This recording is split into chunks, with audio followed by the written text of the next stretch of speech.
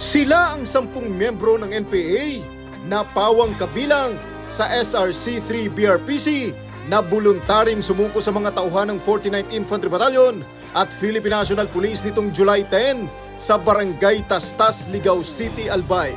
Sa pangunguna ng kanilang Vice Commander na si alias Atan Uliway, isinuko rin ng grupo ang kanilang mga armas, kabilang ang dalawang 5.56mm M16 rifles, dalawang anti-tank improvised explosive devices, 7 anti-personnel mines, mga magazine, mga bala, at iba pang personal na kagamitan.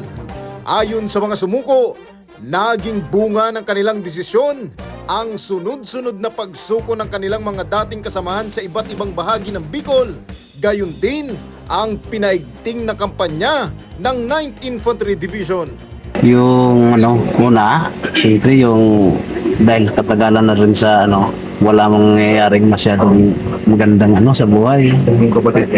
Tapos yun na lumural sa mga sitwasyon, lalo na sa usapin ng pamilya.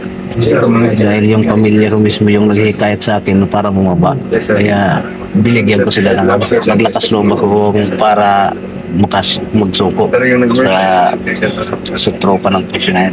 Iprinisinta ng 49th IB ang mga sumuko kay 901st Infantry Brigade Commander Brigadier General Emil Cruz na itinuturing na malaking dagok sa kilusan ng pagsuko ng grupo, lalo na't kabilang dito ang isa sa kanilang mataas na leader. Ayon naman kay Major General Aldwin Almase, Commander ng 9ID, napakahalaga ng pangyayaring ito hindi lamang para sa Albay, kundi sa buong Bicol Region, lalo na sa peace and security stability ng rehiyon. Paulit-ulit po naming binibigyan ng importansya at isang prioridad ng 9th Infantry Division ang pagre-resolba ng kaguluhan dito sa rehiyon ng Kabikulan. Prioridad po namin yung mapababa po natin ang mga kasamahan natin na namundok. Isang napakasayang araw ito para sa amin sapagkat binan pa po kami na nagkaroon ng pagkakataon upang maisalba namin ang buhay ng mga naliglang ng komunistang grupo. Sa araw po na to ay nagkaroon tayo ng mahigit 10 nagbalik loob sa pamahalaan at ang mga yun po ay mga tao na matataas ang posisyon sa kilusan ng mga New People's Act. Kaya naman po ang buong 9th Infantry Division ay nagbubunyi sa mga programa ng pangkapayapaan ng ating pamahalaan. Labis po ang aming katuwaan at kami po ay nakahandang tulungan sila sa kanilang pagbabagong buhay.